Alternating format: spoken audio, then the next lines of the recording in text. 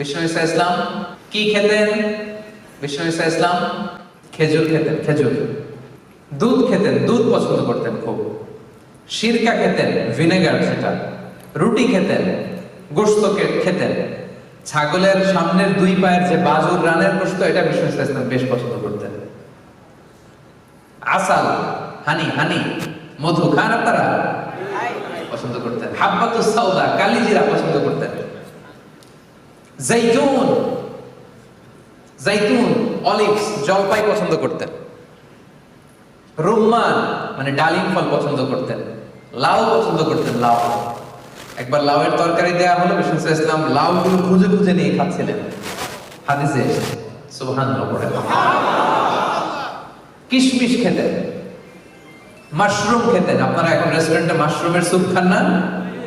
এটা স্বাস্থ্যকর। রাসূল সাল্লাল্লাহু আলাইহি ওয়াসাল্লাম বলতেন, আল কামআতু মিনাল মান